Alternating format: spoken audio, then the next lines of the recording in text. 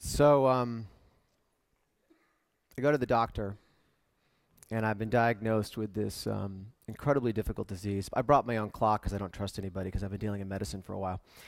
And I want to answer this question. Given my status, I have ALS, pancreatic cancer, major depression, I can't work.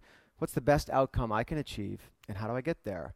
I got 5 minutes, and I'm going to record all the data and solve this problem, and that's medical care. That's what we're going to do. And it doesn't really work. So we imagine this new model that we've been thinking about, which is, what if we create a new social contract? What if we allow patients to say to everyone else with this disease, I'm going to join your community. And as part of that, I'm going to share everything about myself, what I do, the experiments I try, the things that I do, with all of you so that we can begin to solve the problem together. And what does that look like, and how does it work? So this is my brother, who was diagnosed with ALS in December of 1998. And this is the entire medical history of his disease compressed into one page.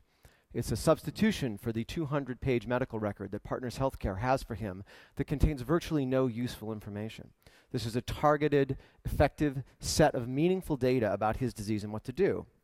I can use that to find the 4 other patients in the world that are closest to him. 30 to 40 years old, severely sick, ventilated, on a wheelchair, and I can show that to do that I had to go to Los Angeles, California, and to Spain. My brother's the one who lives in Boston. I can then take that information and I can say, I have this problem of fatigue. Is that normal? And I can look at the fatigue level of 10,000 people this month on the system and say, is my moderate fatigue normal? And then I can look at ALS for patients that are very sick and say, yes, that is exactly where it is normal. But I don't want it to be normal. I want it to be better than that. So what do I take to treat that? So I look at that, and it turns out I'm already on 4 of the drugs. But interestingly, Prozac at the bottom, which is not designed to treat fatigue, shows up as an interesting thing. So let's go look at Prozac and ask the question, what can I do about this? Can I understand it? Does it make sense? Because most people use it to treat depression or mood conditions, but fatigue's on that list. Is that a new indication? Is that something useful? Does it make a difference? How does it add up? But I have a problem. My sex life has suffered, not just because I'm paralyzed, because Prozac has had problems. So can I get data about this and understand it? And is it modifying these other components that are happening out of that? So do those side effects make a difference? So let's say if I want to look at that, not just in ALS, I want to look at all these diseases. And you see here sort of individually customized profiles of each individual disease, where we understand the meaningful information in an information framework and build that, and then allow those people to connect. So I'll take a depression patient. See that little instant mood? That's how well they've done every day for the last year. That's how well they're functioning at work, their distress level, whether they're depressed, whether they're manic, whether they have emotional control issues or compulsive issues.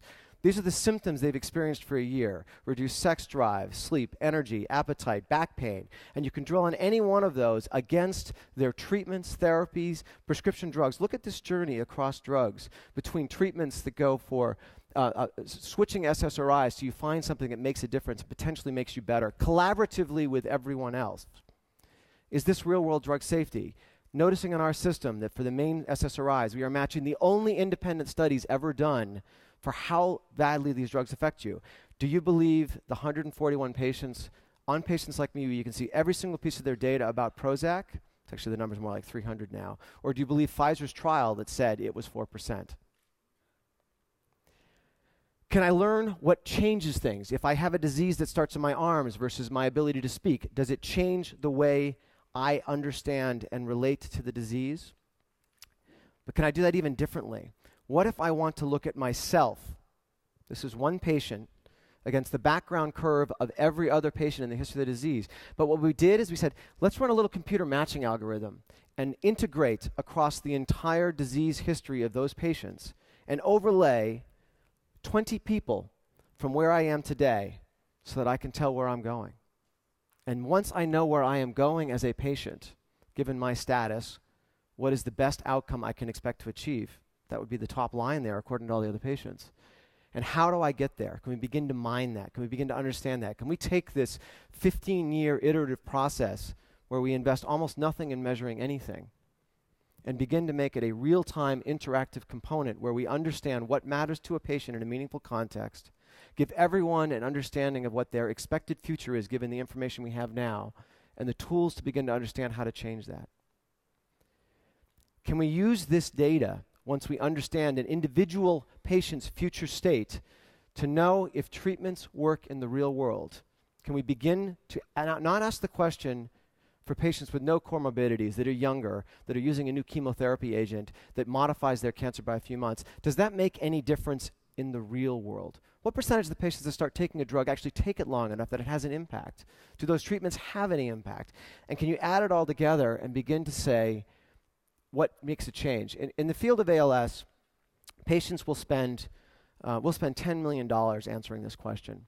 This experiment we're running right now replicates a earlier studied trial, and we are now 18 months out from the initial publication, and we have data on 450 people on this drug in this disease, which is larger than any trial that has ever been run in the history of the disease, entirely voluntarily, entirely free to the patients, in an open and available way. The real transformation to me here, because my background is drug discovery, and I set out to try and save my brother's life, was I realized that all of the barriers that we had built, this slow information hurdle, all of this stuff prevents us from using these amazing technologies of biology that Moore's Law is impacting every single day and make cheaper and better, to understand for populations of patients, whether it be 4 people exactly like my brother or 4,000 people, the largest group ever assembled with this disease, to understand the genetic variants of the disease, to understand the disease at the molecular level and the changes that are possible.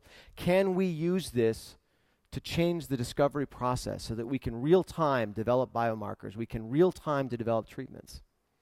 Now, there are so many barriers to doing this well because we're up against a system that has history and all of these other components to it. But the transformation that makes this possible is when we as individuals decide to openly share individual data in a trusted community context that allows us to collaborate for the collective good. And I think that is, if we can begin to build this well, what the future of medicine can and should be. Thank you.